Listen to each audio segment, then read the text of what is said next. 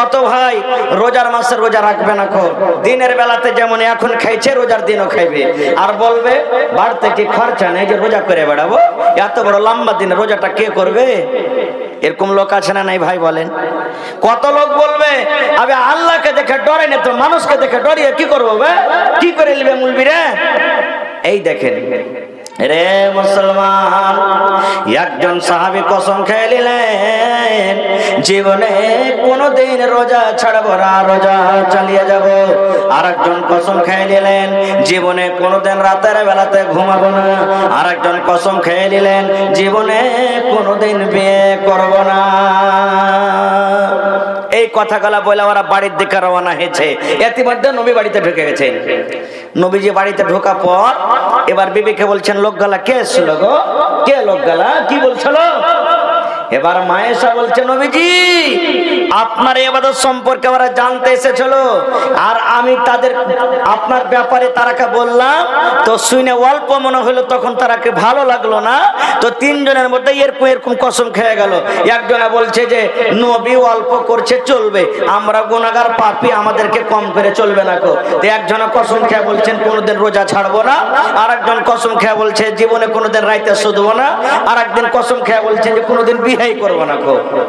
যেমন কথাটা বলা, নবীর চোখ গাল একবারে বেদনা দানার মতন লাল হয়ে গেল। যে তারা বলছে এই শোনো এখানে, শোনো এখানে তিনজন, তোমরা তিনজন এলেন। এবার দয়ার রাসূল বললেন বাবারা তোমরা নাকি তিনজনে তিন রকমের কথা বলেছো, তিন প্রকারের তোমরা কথা বলেছো। সেই সাহাবীরা বলছেন ইয়া রাসূলুল্লাহ বলেছে। দয়ার নবী বললেন বাবারা তোমরা আল্লাহকে দেখে যতক্ষণ ডরাও, আমি নবী তোমাদের থেকে বেশি আল্লাহকে দেখে ডরাই। তোমরা জাহান্নামকে দেখে যতক্ষণ ভয় করো, তোমাদের থেকে আমি নবী আল্লাহকে দেখে বেশি ভয় করি। আমার সাহাবীরা শুনে নাও, আমি নবী তোমরা বলেছো বিয়ে করব না, বিয়ে করব না, কুঁয়ারা হয়ে মরে যাব।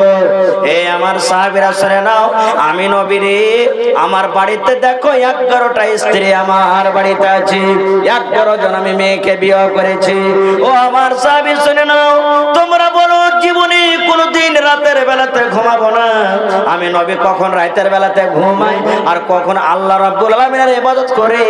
আমি কিছুক্ষণ রাতের বেলাতে ঘুমাই, আমি বিবির কাছে সময় দিই, আমার বিবির কাছে আমি আরাম করি, আর মাঝে মাঝে আমি ফাঁকে আমি মসজিদে গিয়ে আল্লাহর ইবাদত করি। ও আমার সাহাবী শুনে নাও, তুমি বলো জীবনে কোনোদিন আমি রোজা ছাড়বো না, রোজা চালিয়ে যাব। আমি নবী আল্লাহকে দেখে ডরাই, আল্লাহকে দেখে যতক্ষণ ভয় করে তোমরা করো না, এই জন্য আমি নবী রোজা রাখি আর মাঝে মাঝে আমি ছেড়ে দিই। এবার নবী বলছেন কি আমার উম্মতেরা তোমরা শুনে নাও, ফামান রাগিবা আন সুন্নতি ফালাইসা মিন্নি।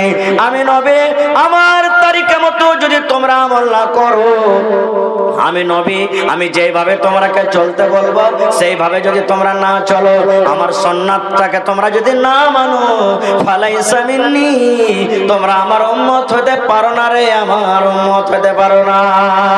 নারে তাকবীর। তাহলে বুঝা গেল কি নবীর উম্মত হতে গেলে, জান্নাত নিতে গেলে নবীর অনুসরণ করে চলতে হবে। আর একটু আগে চলেন, সুবহানাল্লাহ। এ ভাই মুসলমান, আজকে তো আমরা নবীর অনুসরণ না করে হিরোর ঘে অনুসরণ করছি। এই দেখবেন আমার ভাইয়েরা যারা নওজওয়ান যুবক ভাই আগা দিকে পিছে দিকে চুল ছাড়তো আগে 2, 4, 5, 10 বছর আগে হিপ্পি কাটিং বলতে থাকে নাকি, হ্যাঁ না বলে? আর এখন চুল কিছুদিন চললো আগা দিকে এরকম করে মারবে একবারে, বাপরে বাপরে চুলের ফরকন। আবার এখন কিছু চুলের কাটিং এসেছে কি গোটায় চারিদিকে একবারে সুন্দর করে কাটবার মধ্যখানে একবারে রাখবে, ওটার নাম বলে জুত্তা কাটিং বলে না, চাপ্পল কাটিং, চাপ্পল কাটিং বলে। ভাই বলছেন চাপ্পল কাটিং এটা। এ ভাই মুসলমান, আল্লাহ রাসূল সাল্লাল্লাহু আলাইহি ওয়াসাল্লাম যেভাবে আমল করতে বলেছেন রে ভাই, সেইভাবে যদি আমরা আমল না করে আমাদের আমল নষ্ট হয়ে যাবে, বরবাদ হয়ে যাবে রে ভাই, আমাদের আমল নষ্ট হয়ে যাবে, বরবাদ হয়ে যাবে। আপনারা সবাই জানছেন, সবাই শুনেছেন, আজকে আমাদের যুবকেরা কি নবীর অনুসরণ করতে ভালো লাগে না? আজকে আমার যুবক ভাইয়েরা কে ওয়াজ শুনতে ভালো লাগে না? আজকে আমার মায়েরা খালারা কেন নসিহত শুনতে ভালো লাগে না? আল্লাহর নবী যখন দুনিয়াতে চলে গেলেন, প্রথম ইসলামের রাজা, ইসলামের খলিফা হলেন হযরত আবু বকর রাদিয়াল্লাহু তাআলা আনহু। যখন উনিও চলে গেলেন দুনিয়া থেকে, দ্বিতীয় রাজা, দ্বিতীয় খলিফা হলেন উমর রাদিয়াল্লাহু তাআলা আনহু।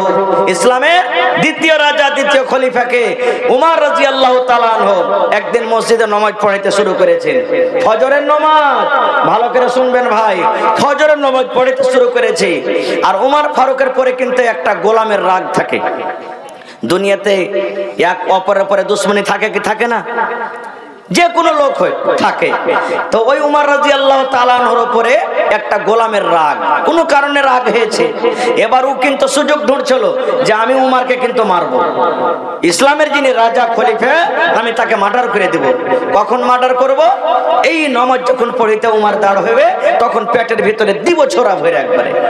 ঠিক এখানটা ছোরা গোলাম কাপড়ে ঢেকে রেখে পকেটে একবারে খুব সুন্দর করে নিয়ে আছে। এবার উমর রাদিয়াল্লাহু তাআলা আনহু আল্লাহু আকবার বলে যখন ফজরের টাইমে এই দেখেন বুকে হাত বেঁধেছেন, এরকম টাইমে সুবহানাল্লাহ ওই গোলাম হযরত উমর রাদিয়াল্লাহু তাআলা আনহুর পেটে দিলেন ছোরাটাকে ভরে। যেমনই ছোরা ভরা, পেট ফোটা হয়ে গেল, ভুঁড়ি ফোটা হয়ে গেল, উমর ফারুক বেহুশ হয়ে পড়ে গেলেন। এই যুগের এই জামানার মতন তো আরে শিলিগুড়ি নিয়ে চলো, কিশনগঞ্জ নিয়ে চলো, কলকাতা নিয়ে চলো, পাটনা নিয়ে চলো, বড় বড় ডাক্তার কোথায় পেবেন? নামাজ শেষ হলো, তাড়াতাড়ি করে সব লোকজন জমা হলো। এবার এত রক্ত বহিল, এত রক্ত বহিল, উমর রাদিয়াল্লাহু তাআলা আনহু মনে হয় আর বাঁচবেন না। একটা লোক বলছেন, যারে দুধ দাও, মুখখানে দুধ দাও, আমাদের রাজার মুখখানে দুধ দাও, দুধ দিতে গেলে কি হবে? শরীরে একটু বল হবে। কিন্তু রে সুবহানাল্লাহ, মুখ দিয়ে যেমন দুধ গালা দেয়, যে জায়গাতে জখম লেগেছে, যে জায়গাতে জখম হয়েছে, দুধ দুধ হয়ে বের হয়ে যায়, পেটে কিন্তু দুধ রহে না। হযরত উমর রাদিয়াল্লাহু তাআলা আনহুর কথা শুনে চারিদিকে খবরটা আমার শুরু হয়ে গেল, চারিদিকে খবরটা রটে গেল। ইসলামের রাজা উমরকে মার্ডার করে দেওয়া হয়েছে, মুসলমানের রাজাকে মার্ডার করে দেওয়া হয়েছে, মুসলমানের রাজাকে কাতাল করে দেওয়া হয়েছে। দেখার জন্য সমস্ত লোক দৌড়াতে দৌড়াতে দৌড়াতে দৌড়াতে দৌড়াতে দৌড়াতে উমর রাদিয়াল্লাহু তাআলা আনহুর বাড়িতে এসেছেন। দেখছেন দেখছেন যাচ্ছেন, দেখছেন যাচ্ছেন, এর মধ্যে একটা নওজওয়ান হযরত উমরকে দেখা পর ও বাড়ির দিকে রওনা হয়েছে, হাঁটছেন বাড়ির দিকে।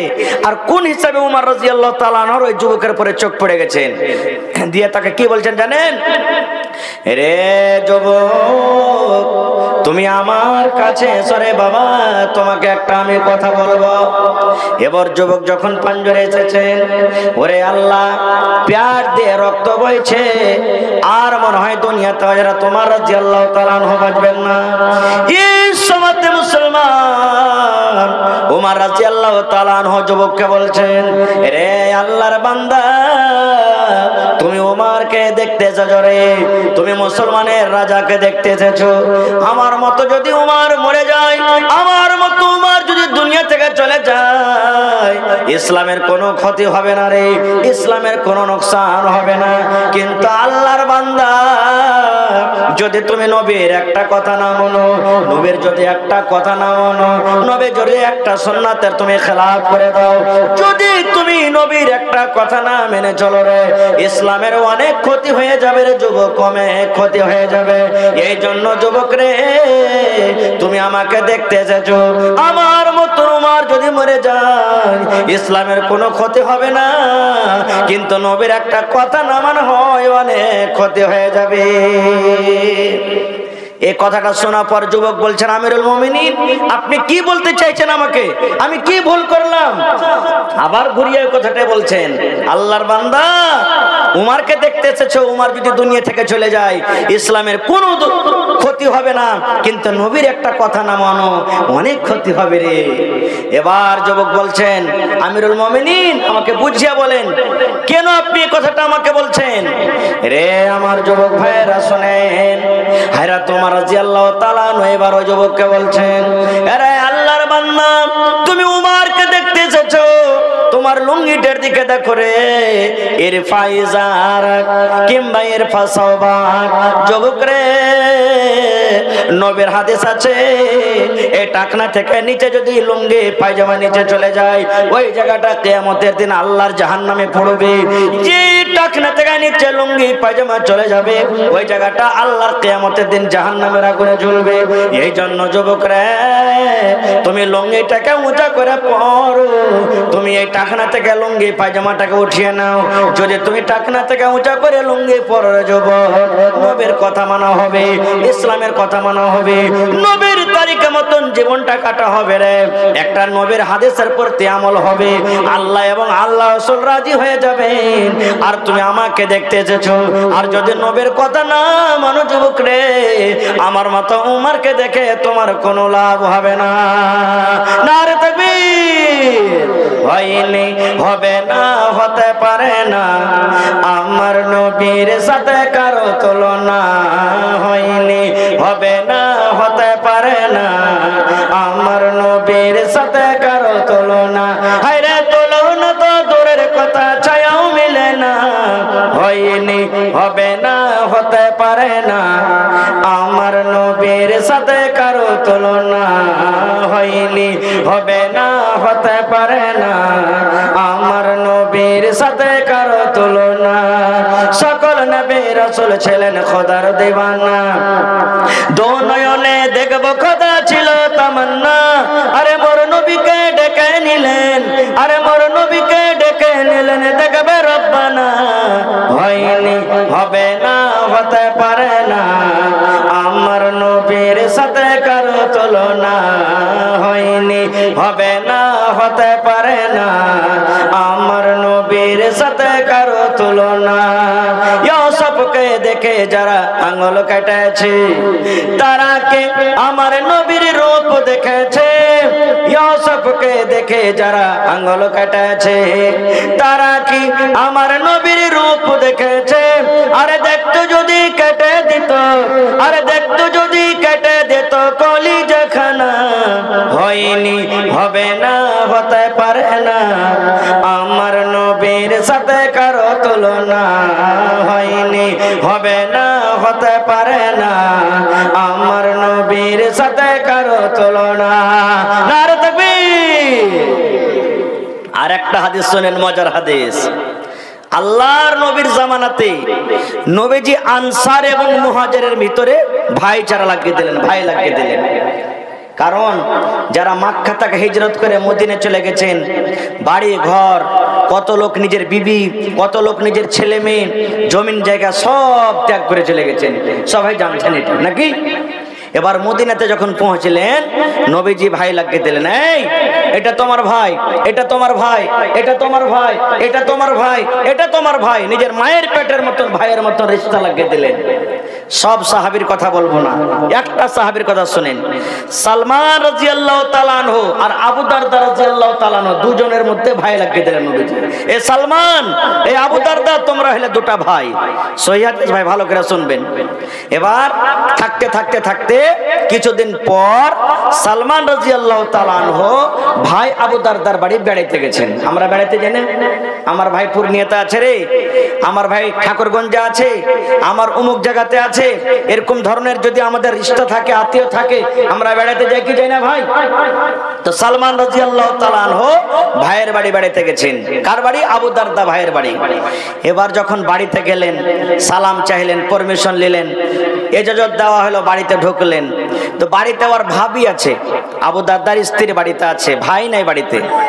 এবারে সালমান বলছেন, আমি আমার ভাবিকে জিজ্ঞাসা করলাম যে ভাবি, ভাই কই? বলছে, ভাই রে, তোমার ভাই মাঠে কাম কাজ করতে গেছে, তুমি বসে এক্ষুনি মনে হয় বাড়িতে ঢুকছেন নাকি?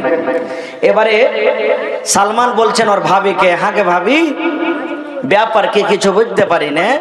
বলছে, কি রে ভাই? বলছে যে ভাই বাড়িতে আছে, আর তুমি দেখো কত পুরাতন কাপড় পিন্ধে আছো, কাপড়টা ভালো নাই, মাথার চুলগুলা উস্কো খুস্কো হয়ে আছে, সিধা করে নাও, মুখে পাউডার লাগিয়ে নাও, মুখটাকে তোমার চিকন করে রাখনি, এই তোমার দেখো শরীরে মাথাতে চুলে তোমার চিরুনি করা নাই, তুমি একটা স্বামীর সামনে যেরকম একটা মহিলাকে থাকা দরকার এই মতো তুমি চিকন চাকন হয়ে নাও, ব্যাপারটা কি বুঝতে পারি না। যখন কথাটা বলা, এবারে আবু দারদার স্ত্রী বললেন, কার জন্য আমি সাজবো রে ভাই, কে আমার সাজন দেখবে, কার জন্য আমি সাজবো, কার জন্য আমি নতুন কাপড় পরবো, কে আমার সাজে দেখবে, কার জন্য আমি ভাইরে চিরুনি করব, কার জন্য আমি চোখে সুরমা লাগিয়ে রাখবো, কার জন্য আমি কাজল লাগিয়ে রাখবো, কার জন্য আমি সেন্টওয়ালা তেল মাখিয়ে রাখবো, কার জন্য আমি আতর লাগিয়ে রাখবো, কে আমাকে দেখবে, আমি কাকে এগুলা দেখাবো রে ভাই। কে বলছেন? আবু দারদার স্ত্রী সালমানকে বলছেন, কাকে দেখাবো রে ভাই, কে দেখবে আমার এগুলা, চোখে সুরমা লাগা, মাথাতে চিরুনি করা, নতুন কাপড়, পাউডার মাখা, কে দেখবে? বলছে কেমন কথা বলছিস গে ভাবি, ভাই দেখবে? বলছেন না রে ভাই না, তোর ভাইয়ের তো আমার দিকে দেখার ফুরসত নাই রে ভাই, তোর ভাই আমার দিকে দেখে না। বলছে কেমন কথা রে, কেমন কথাকে ভাবে? বলছে ভাই রে, তোর ভাই আবু দারদা যে আছে জীবনে কোনোদিন রোজা ছাড়ে না, রোজা চালিয়ে যায়, রোজা চালিয়ে যায় না, ফল রোজা চালায়। আর ভাই তুমি তো জানো, মানুষ যখন রোজা করে থাকে, রোজার হালাতে মানুষ বিবির সাথে মিলতে পাবে না, রোজার হালাতে মানুষ বিবির সাথে মিলন করতে পাবে না, রোজার হালাতে বিবির কাছ থেকে আলাদা হয়ে থাকতে হবে। তাইলে ভাই তুমি বলো, তোমার ভাই তো দিনের বেলাতে রোজা করে থাকে, আমার কোনো খেয়াল রাখে না, আমার দিকে দেখবো করে না, আমার পাঞ্জরে আসে না, আমি কাকে দেখাবো? বলছে ভাবি গে, রাতের বেলাতে তুমি সাজে থাকবে ভাইয়ের জন্য। বলছে ভাই রে, রাতের বেলাতে তোমার ভাই তাহাজ্জুদের নামাজ পড়ে পড়ে রাতটাকে কাটিয়ে দেয়, আমার বিছানে রাতের বেলাতে আসে না। তাইলে ভাই রে, দিনের বেলাতে রোজা রাখে আর রাতের বেলাতে তাহাজ্জুদের নামাজ পড়ে পড়ে রাত কাটিয়ে দেয়, তোমার ভাই আমার বিছানে আসে না। কার জন্য সাজবো? দিনের বেলাতে রোজা আর রাতের বেলাতে তাহাজ্জুদ, বিছানি আসে না, আমার পাঞ্জরে আসে না। তখন সালমান রাদিয়াল্লাহু তাআলা বলছেন, আচ্ছা এই ব্যাপার, এই হাদিস থেকে আমরা কি বুঝতে পারলাম ভাই, স্ত্রীকে কার জন্য সাজতে হবে একটু বলেন তো আপনারা, মুখ খুলে জোরে বলে।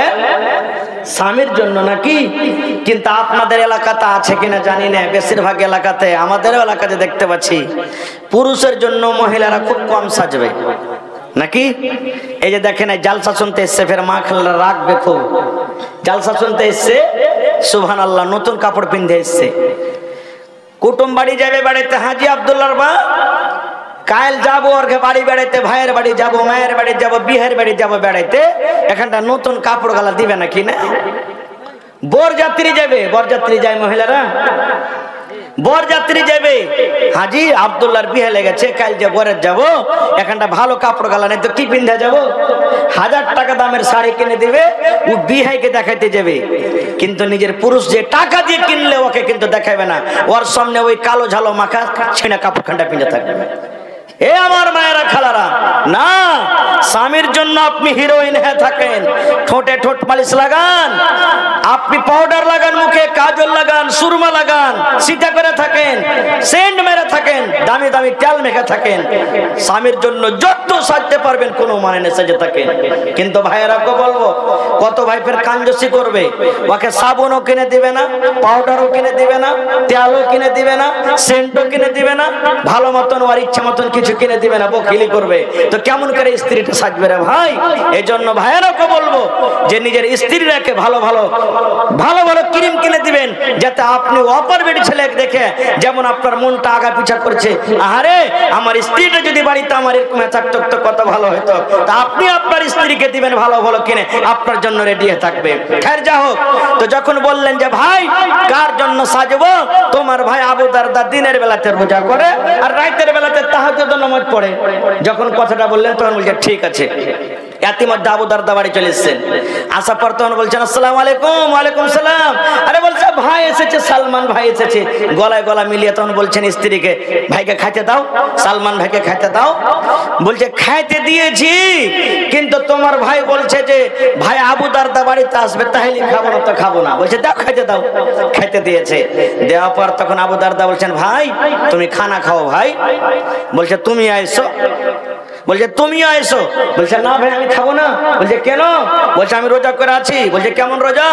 বাকি রোজা না তো না। বলছে কেমন রোজা? বলছে নফল রোজা।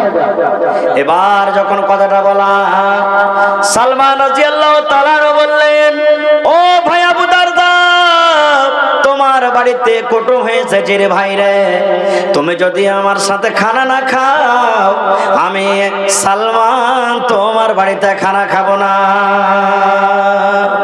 তুমি আমার সাথে খানা খাও তাহলে আমি খাবো, আর যদি তুমি আমার সাথে খানা না খাও, আমি সালমান তোমার বাড়িতে খানা দূরের কথা এক ঢোক পানিও আমি পান করব না।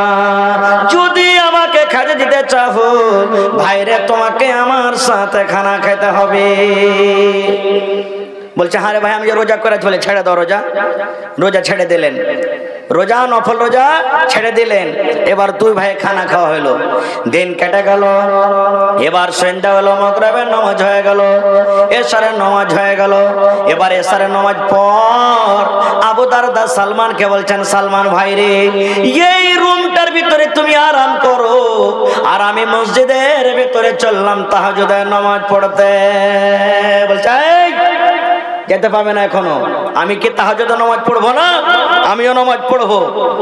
এখানে তাহাজ্জুদের নামাজের টাইম হয়নি। আপনারা জানছেন যখন কোন ছেলেরা নতুন বিয়ে করে, বাড়িতে দাদি কিংবা নানি কিংবা ভাবি কিংবা চাচাতো বোন ওর হাতখানটাকে ধরে নতুন বাসরের ঘরে ঠেলে দেয়। এরকম হয় না যে যা তুই রাতটা কাটা, এখন আরামের রাত কাটা, তুই আরামের ঘুম ঘুমা। এই মতো সালমান রাদিয়াল্লাহু তাআলা আনহু ভাই আবু দারদার হাতখানটাকে ধরে যে ঘরে ওর ভাবি আছে দিলে ঠেলার ভিতর থেকে ঠেলে দিলে, আর দিয়ে বলছে যাও তুমি আরাম করো, যখন নামাজের টাইম হবে আমি তোমাকে জাগিয়ে দেব। এবার বন্ধুরে আমার, হযরত আবু দারদা রাদিয়াল্লাহু তাআলা আনহু বললেন, এই করে করে রাত 9টা হয়ে গেল, 10টা হয়ে গেল, 12টা হয়ে গেল। মিয়া বিবির আমাদের মিলন হলো, মিয়া বিবির আমাদের সহবাস হলো। ঠিক রাত 1টা 2টা যখন হয়ে গেল, এবার সালমান আমাকে বাইরে থেকে দরজাতে ধাক্কা দিয়ে বলছেন, ভাই আবু দারদা, এখন তুমি উঠে যাও রে ভাই, এখন নামাজের টাইম হয়ে গেছে, এখন ভাই তুমি বিছান ছেড়ে দাও, এখন নামাজের টাইম হয়ে গেছে রে ভাই, তুমি এখন উঠে যাও। এবার আবু দারদা বললেন, আমি ফরজ গোসল করলাম, ফরজ গোসল করার পর আমরা দুই ভাই তাহাজ্জুদের নামাজ পড়লাম। এবার আমাকে বললেন, ও ভাই আবু দারদা, তুমি শুনে নাও ভাই রে, শুনে নাও, ও আমার দরদি ভাই, তুমি শুনে নাও রে ভাই, তোমাকে আল্লাহ রাব্বুল আলামিন চোখ দান করেছে, এই চোখকে তোমাকে আরাম দিতে হবে রে ভাই, তোমাকে চোখকে আরাম দিতে হবে। আল্লাহ তোমাকে যে বডি দান করেছেন, এই বডিকে আল্লাহ আরাম করার জন্য দিয়েছেন, আরামও করতে হবে। আল্লাহ যে রাতটা দিয়েছেন, রাতের বেলাতে তোমাকে আরাম করতে হবে। আল্লাহ তোমাকে সুন্দর গোলাপ ফুলের মতন স্ত্রীটা দিয়েছে, স্ত্রীর তোমাকে হক আদায় করতে হবে, স্ত্রীর পাঞ্জরে তোমাকে ঘুমাইতে হবে, স্ত্রীর পাঞ্জরে তোমাকে ভালো মন্দ গল্প করতে হবে। তোমার বাড়িতে যদি মেহমান চলে আসে, মেহমানের সাথে তোমাকে খানা খেতে হবে, মেহমানের সাথে ভালো মন্দ গল্প করতে হবে। তুমি আল্লাহর হক আদায় করবে, মেহমানের তুমি হক আদায় করবে না, তুমি বিবির হক আদায় করবে না, তুমি চোখকে আরাম দেবে না। সমস্ত হককে বাদ দিয়ে তুমি যদি এক আল্লাহর হক আদায় করো, এরকম ইবাদতে আল্লাহ রাজি হবে না, এরকম ইবাদতে আল্লাহ রাজি হবে না, এরকম ইবাদতে আল্লাহ রাজি হবে না। যাও, তোমাকে চোখকে আরাম দিতে হবে, মেহমানের হক আদায় করতে হবে, বিবির হক আদায় করতে হবে, সমস্ত কিছুর হক আদায় করতে হবে। তাহলে তোমার আমল আল্লাহর কাছে কবুল হবে।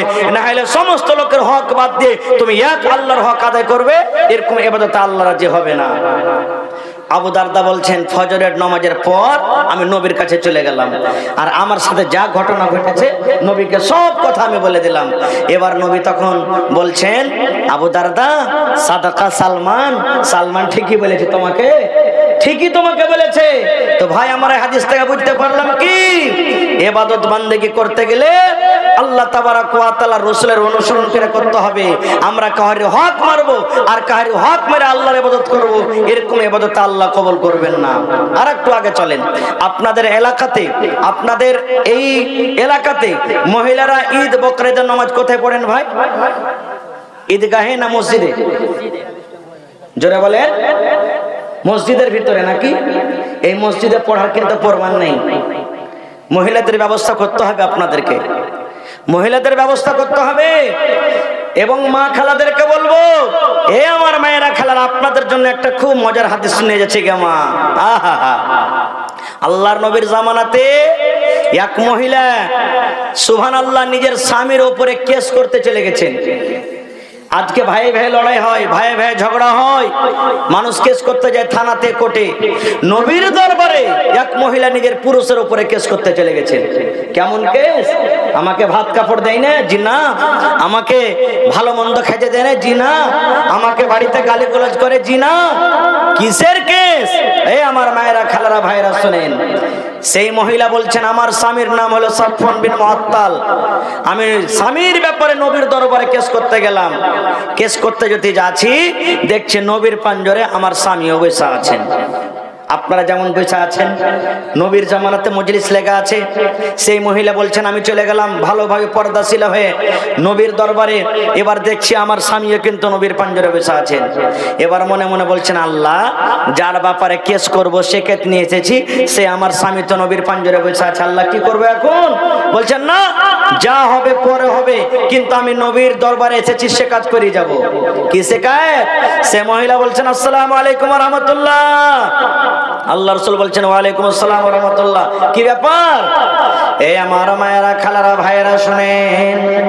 এবারে সেই মহিলা বললেন, ইয়া রাসূলুল্লাহ, আল্লাহর নবী গো, আমার স্বামী সাফওয়ান বিন মুআত্তাল গো, নবী যে আপনার পাঞ্জরে বসে আছেন, নবী গো, তার ব্যাপারে তিনখানা আমি শিকায়েত নিয়ে এসেছি। এই যে আমার স্বামী সাফওয়ান বিন মুআত্তাল আপনার পাঞ্জরে বসে আছেন, তার ব্যাপারে তিনখানা আমি কেস করতে এসেছি গো নবীজি।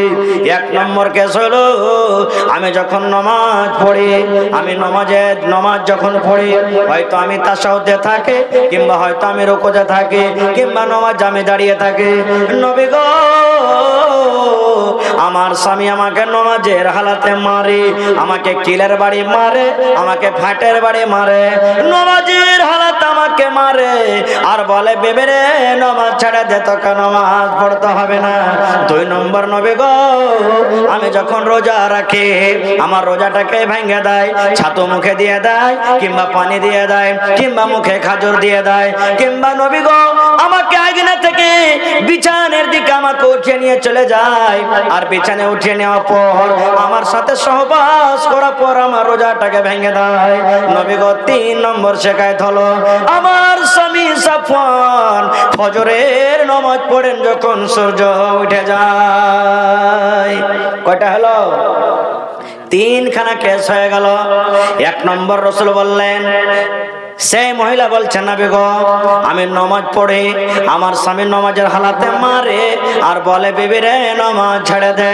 দুই নম্বরে আমার মুখে খাজর দিয়ে কিংবা পানি দিয়ে, কিংবা আমাকে বিছানে উঠিয়ে নিয়ে চলে যায়, আর যাওয়ার পর আমার রোজাটাকে ভেঙে দেয়, আর বলে, বিবি রে, তোকে রোজা রাখতে হবে না। তিন নম্বরে, নবী গো, আমার স্বামী ফজরের নামাজ পড়ে যখন সূর্য উঠে যায়, সূর্য ওঠার আগে আমার স্বামী ফজরের নামাজ পড়ে না। সুবহানাল্লাহ, তিন শিকায়ত হয়ে গেল।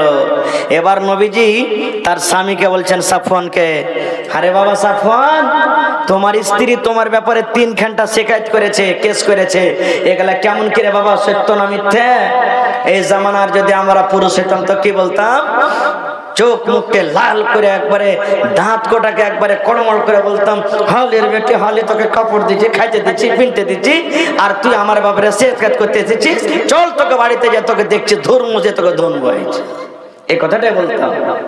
কিন্তু রে সুবহানাল্লাহ, যার সিনাতে কোরআন, যার ভিতরে আল্লাহর ডর, জাহান্নামের ডর, সেই সাহাবী বলছেন, আল্লাহ আজকে যদি আমি মিথ্যা কথা বলে দিই না, নবীজি আমার স্ত্রী যা বলছেন সব মিথ্যা কথা, কিন্তু আল্লাহ রে, যেদিন আল্লাহ রাব্বুল আলামিন কোরআনে বলেন কিয়ামত কায়েম করবেন, আল ইয়াউমা নাখতিমু আলা আফওয়াহিহিম ওয়া তুকাল্লিমুনা আইদিহিম ওয়া তাশহাদু আরজুলুহুম বিমা কানু ইয়াকসিবুন। আল্লাহ কিয়ামতের দিন মানুষের মুখে মোহর লাগিয়ে দেবেন, আল্লাহ সেই মোহর মুখে লাগিয়ে দিবেন, মানুষের মুখে কথা বলতে পারবে না, মানুষের হাতে সেদিন কথা বলবে, পায়ে গাওয়া দিয়ে দিবে, বিমা কানু ইয়াকসিবুন, যা দুনিয়াতে আমরা আমল করব। এইবারে সেই সাহাবী বলছেন, হুজুর আমার স্ত্রী আমার ব্যাপারে যা বলেছেন সব ঠিক বলেছে, একটা মিথ্যা নয়, একটা মিথ্যা নয়, যা বলেছে আমার ব্যাপারে সব সত্য বলেছে। এবার নবীজি বলছেন, হারে বাবা, নামাজ হয়তো আল্লাহর একটা ইবাদত, তো নামাজের হালাতে তোমার স্ত্রীকে কেন মারো রে বাবা? নামাজের হালাতে তো বিবিকে মারতে হয় না, কেন তোমার বিবিকে নামাজের হালাতে মারো? রে আমার মায়েরা খালারা শুনেন, এইবারে সেই সাহাবী বললেন, ইয়া রাসূলুল্লাহ আমি অবুঝ নই, আপনার একজন সাহাবী, আমি পাগল নই গো নবীজি, আমিও জানি শরীয়ত বুঝে গো নবীজি, কিন্তু এই জন্য আমি মারি নবী গো, আমি একটা গরিব মানুষ গো নবীজি, আমি মাঠে কামে কাজে চলে যাই, খাজুরের গাছে আমি পানি দিই, আমি খাজুরের গাছ নিড়াই, খাজুরের গাছে আমি দাওয়াত দিই, সারাদিন মাঠে কাম কাজ করার পর যখন সন্ধ্যাবেলাতে বাড়ি আসে, আমার স্ত্রী আমাকে সন্ধ্যাবেলাতে খাবার দিয়ে দেয়, আমি খাবার খাই। अस्सलाम वालेकुम भाई, आप सबको ये नसीहत कर दो कि हमारे शेख अब्दुल गफ्फार साहब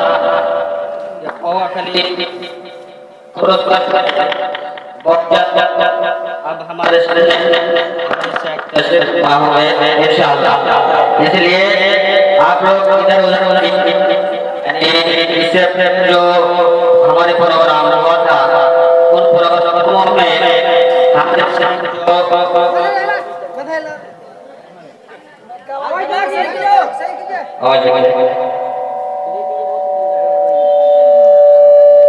मैं आप सबों को बता दूं कि इससे पहले भी हमने प्रोग्राम किए थे, तो शेख मुजुद्दीन साहब की तशरीफ आवारी नहीं हुई थी, इसी कारण तो उसी लेके लोगों के जहन में है कि शायद इस बार भी गफ्फार साहब नहीं आ रहे हैं। नहीं, आप लोगों को मैं यकीन दिला रहा हूँ कि पोवा के लिए वो पुरस्कार छूट रहे हैं, बस चंद मिनट में आप हमारे सामने अब्दुल गफ्फार साहब।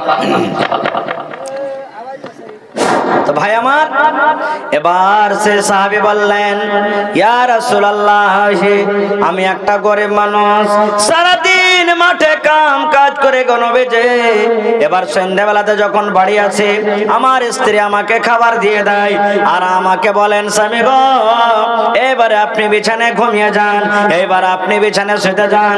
এবার আমার স্ত্রী কি করে, এশারের নামাজের পড়তে শুরু করেন, এশারের নামাজের পর তাহাজ্জুদ পড়তে শুরু করেন, কত লম্বা লম্বা সূরা পড়েন গো নবীজি, কোরআনের ভিতরে সব থেকে যেগুলো বড় বড় সূরা গো নবীজি, কোরআনের ভিতরে সব থেকে যেগুলো বড় বড় সূরা গো নবীজি, এক এক রাকাতে দুটা দুটা করে সূরা তেলাওয়াত করেন।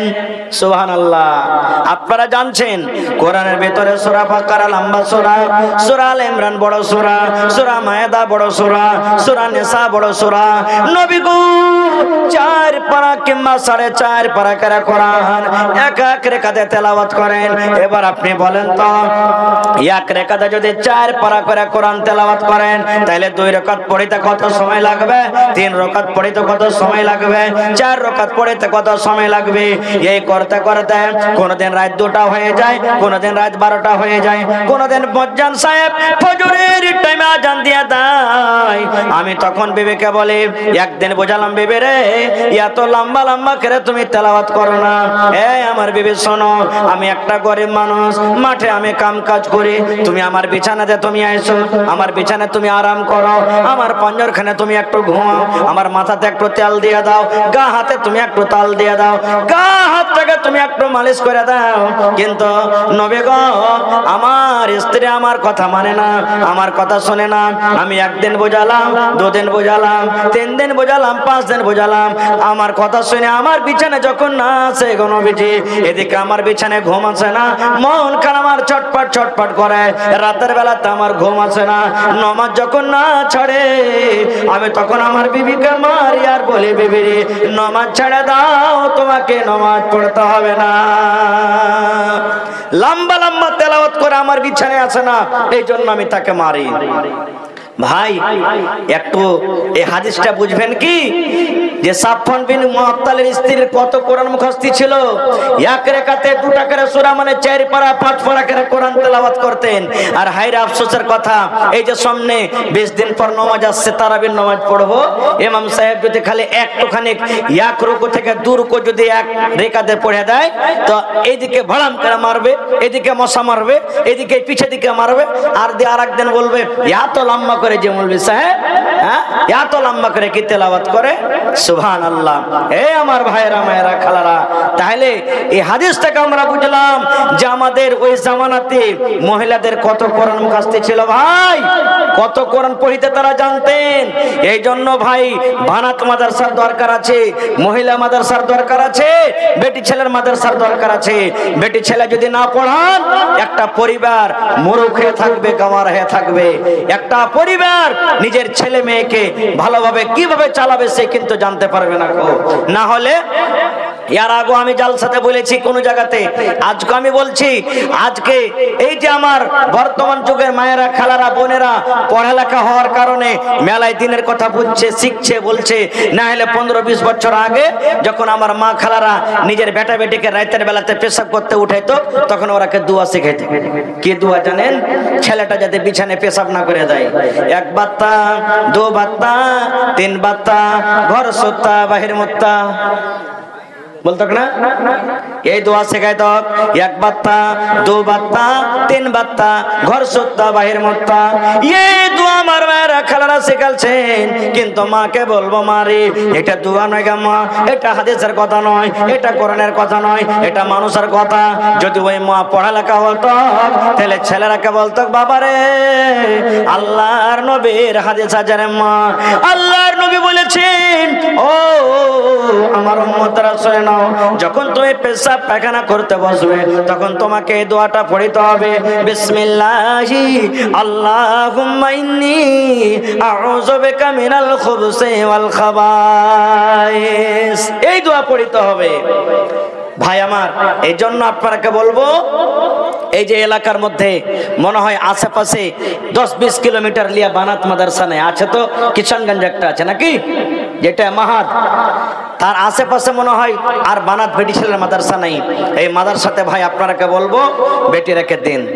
বেটাকে পড়াইবেন, একটা লোককে পড়াইলেন, একটা বেটিকে পড়াইবেন, একটা পরিবারকে আপনি পড়াইলেন।